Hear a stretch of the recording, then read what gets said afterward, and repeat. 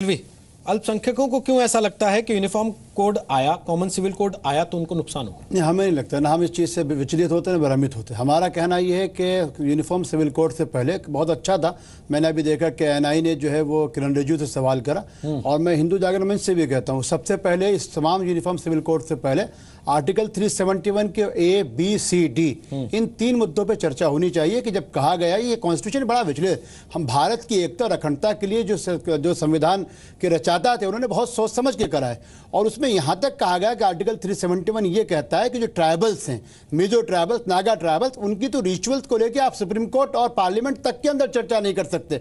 तो भाई ये इसलिए हम कोई विचलित नहीं है। सुप्रीम कोर्ट ने एक राय दी है, कानूनी तौर से हम अपनी बात रखेंगे, इसको सियासी मुद्दा नहीं मानते। सवाल पूछा है कि सरकार ये करती क्यों नहीं? नहीं, सरकार कर ही नहीं सकती। जवाब देना। नहीं, सरकार, हम देखिए, यूनिफॉर्म सिविल कोड जब भी आता है इस मुद्दे को खाली मुसलमानों के साथ जोड़ा जाता है।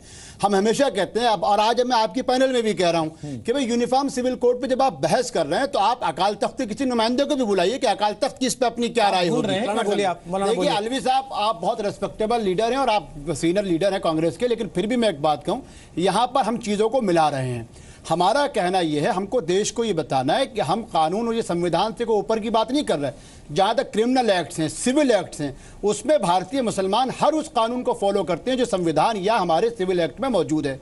जहाँ तक कुछ चीज़ें, जैसे शादी की बात है, तलाक की बात है, विरसे की बात है, तर्के की बात है, जहाँ तक संबित ने बड़ी अच्छी बात की, प्रधानमंत्री ने भी कहा लड़कियों की बात है। परेशान कुल मसला ये है कि लड़कियों के हुकूक के लिए सिर्फ हमारे यहाँ प्रॉब्लम्स नहीं है, सब जगह है। तो कम से कम इस सरकार को, कि आपकी सरकार थी या इनकी सरकार है, सुप्रीम कोर्ट ने भी कहा है, एक रूपरेखा आनी। भारतीय मुसलमान ये नहीं कहता कि चोर के हाथ काट दीजिए, हम ये नहीं कह रहा रेपिस्ट को पत्थर मार दीजिए, हम उसी कानून को फॉलो करते हैं जो भारत का कानून है। तो मेरा सवाल यही आ रहा है, मिलाना नहीं चाहिए। मेरा सवाल यही, मुल्क के कानून पे हमारी पूरी आस्था है, क्रिमिनल एक्ट में दूसरी तमाम तर चीजें हम उसको फॉलो करते हैं। जिस तरीके से इस मुल्क का सिख, हिंदू में तो 33 करोड़ देवी देवता हैं, नहीं वहां नहीं, कैसे हमारा भी उस चीज पे मत जाइए कि इतने साधु हैं, इतने संत हैं, इतने भगवान हैं। आस्था एक शरीयत एक ऐसी कानून है जिस देश के अंदर हम इस चीज पे बहस कर रहा हूं कि हाँ, एक बीफ जो है, गाय जो है, वो हिंदुओं के लिए पवित्र चीज, जब हम इस पे बहस कर सकते हैं, वही मेरी आस्था है, शरीयत मेरी आस्था है, ना उससे 1 इंच आगे जाऊंगा ना पीछे जाऊंगा। आप सुनिए, पूरी सुन लीजिए, जहां तक सुन लीजिए, जहां तक भारतीय संविधान और भारतीय कानून की चीज है। अब आप संबित कह रहे थे भाई टर्की, संबित कह रहा है मलेशिया, संबित भाई मलेशिया और इंडोनेशिया के अंदर हिंदुओं को ये पाबंद नहीं किया जा सकता। हत्ता के सऊदी अरब में भी अगर कोई आदमी नमाज नहीं पढ़ता तो कानून मुसलमान पर लागू होगा, हिंदू पर लागू होगा। ये इनका 30 सेकंड लूंगा, इनका सियासी मामला। मेरा कहना पहली चीज, देखिए, पहली चीज तो ये कि उन्होंने पहली चीज तो ये है कि हमारे जितने भी समुदाय हैं, मुसलमान भी और हिंदू, हमको आदर और सम्मान, जो भी हमारी औरतों का आदर और सम्मान है, उस पर चर्चा करनी चाहिए।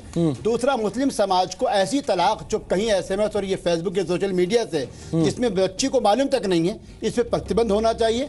तीसरी चीज, जहां तक सिविल कोड की हम बात कर रहे हैं, मैं संबित से बड़े अदब और एहतराम से कहता हूं कि बाबा साहब अम्बेडकर की जिस चीज को वो कोट कर रहे हैं वो कॉन्स्टिट्यूशनल असेंबली के बाद की स्पीच है, मगर उसी अम्बेडकर ने कुछ लोगों की सताए जाने के बाद जो 21 प्रतिज्ञाएं ली हैं, वो भी हमको याद रखनी चाहिए। इसलिए हमको कानून के बात करनी चाहिए। समय हो गया खत्म। संदीप।